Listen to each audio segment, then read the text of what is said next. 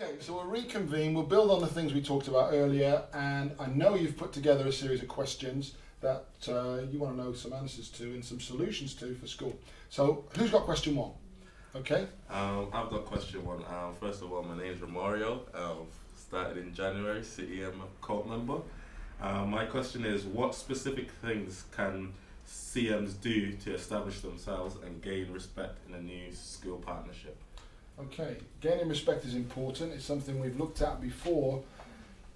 The first thing is about creating the school you, your own, the person that you want to be seen in school. And you want that to be as natural as possible, but at the same time, you need to create professional distance.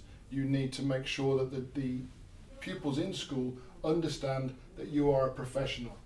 You're there to help them. You're there to be that role model and that support, and you might be the only person they think is a support, but there's still a professional distance. And certain situations will crop up where they will test the boundaries because you're younger than a lot of the staff, and that's where you can just politely create that distance.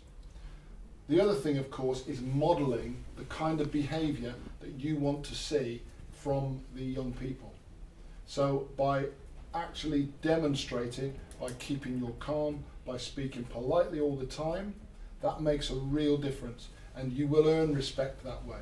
The children won't always respond to you directly. They won't respond always straight away. It takes time.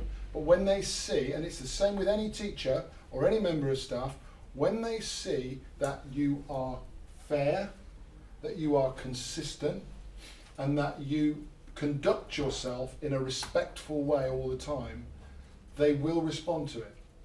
It just takes some a little longer than others.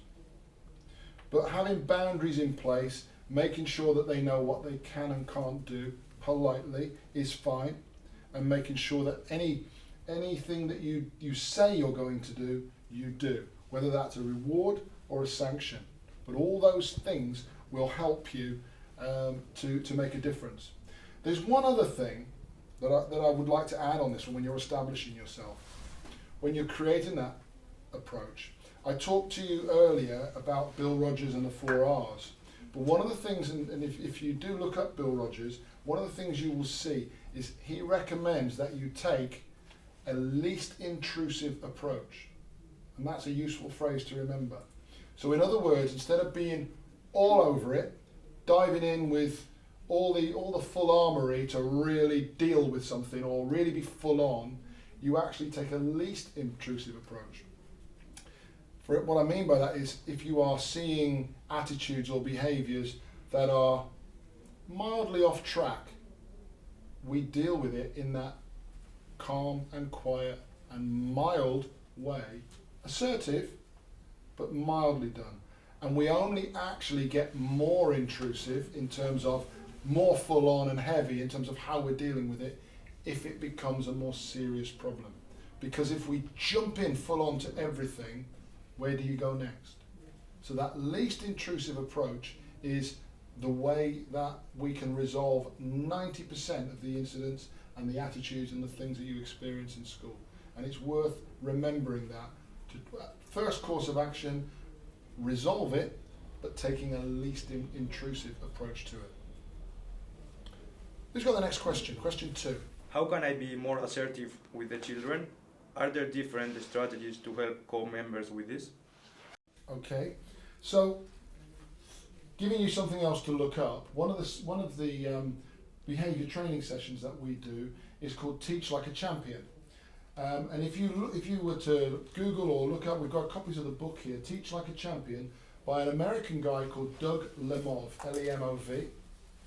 And it's a huge book with lots of great ideas for teaching.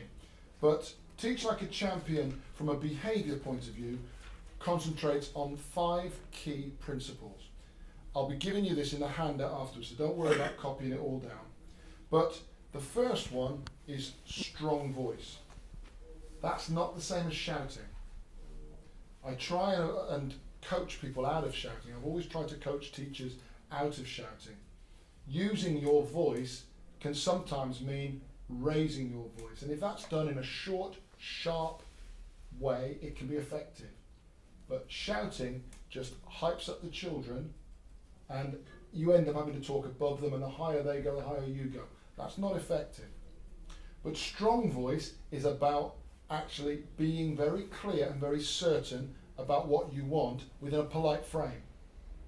So you are making a key point. You don't say too much.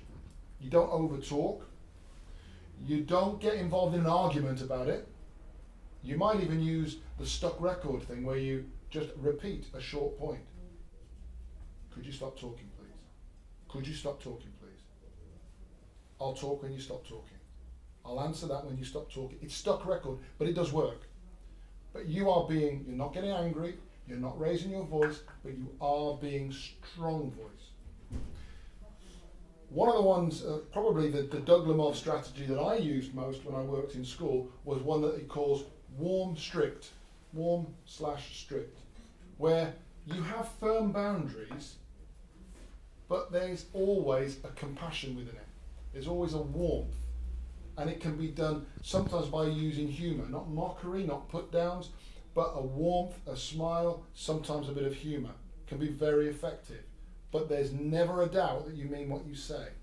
So a warm, strict approach that actually makes sure you are looking at the behaviour and not the person. You're not judging. I'm not looking at you and thinking you are a bad person, but I might say to you, I don't like the behaviour you're demonstrating, and we need to work on that. And that can be done with a smile. It can be done in a way that actually means, I'm not criticising you, but I actually want to help you, but we're going to do this together. And the third point from Doug Lemov, Teach Like a Champion, is positive framing. Live in the now. What they did yesterday, what they did a week ago, the reputation that some children drown in because they can't see a way out. Everybody picks on me. That's what children say sometimes. Everybody picks on me. Nobody ever believes me. That might be because you tell lies. But today is a new day, and we know you're going to be telling the truth. Today, we're going to have a good lesson. Today, we're going to complete the work. So live in the now. Frame things positively. Don't get dragged into negativity. By that way, we're giving children the benefit of the doubt. We're giving them the opportunity to shake off whatever reputation they might have. Now, I talked to you earlier about consequences. If they make an active choice to continue to behave negatively, the consequence will match that. But if they think, this person doesn't care about how I behaved before, I will behave for them now. They make a positive choice, and you can then praise that, support it, and move it forward. There's two other things just to mention quickly on that question. Emotional constancy. In other words, if they tell you something, you don't go, no, and you don't overreact to things. You don't get too down about things. You don't get too hyped. There is always a calm. Emotionally, if you are constant, they see you as a constant. They may mix with children who are hyped up, who are angry, who are different. They may come from situations out of school that are hyped up, angry and difficult and not very constant. You could be the one constant person in their life, albeit for 6 months, but the difference you can make is huge. And if you are a calm water in their life, that will be very beneficial. It will encourage them to open up to you. If they see that you are a calm individual, that you are fair, consistent, always the same, always got a smile for everyone who comes into school, always got a positive praise to give, they value that emotional constancy and they'll respond to it. And the last of the 5 things is what we call the J factor, joy. Put some fun into learning, put some fun into school. School is a chore for a lot of children. They don't want to be there because all the teachers pick on me, I don't get the lessons, I don't like these people in my class, all the don'ts, can'ts. Put a bit of fun in it.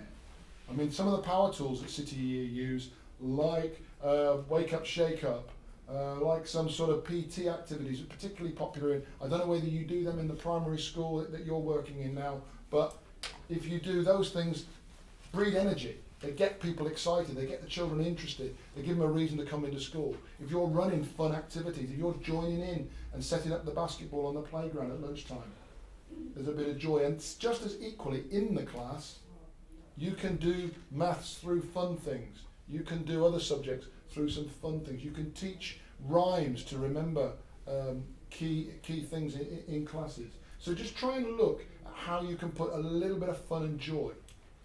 So there's 5 things there. You'll get that in the handout. But certainly, in terms of making you assertive, strong voice, warm, strict, and that positivity and emotional constancy can make you listened to and respected.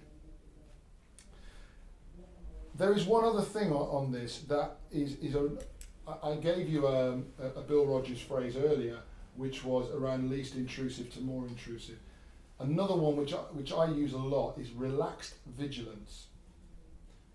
If you can conduct yourself in a relaxed, vigilant way, you will be hugely effective in and out of the class.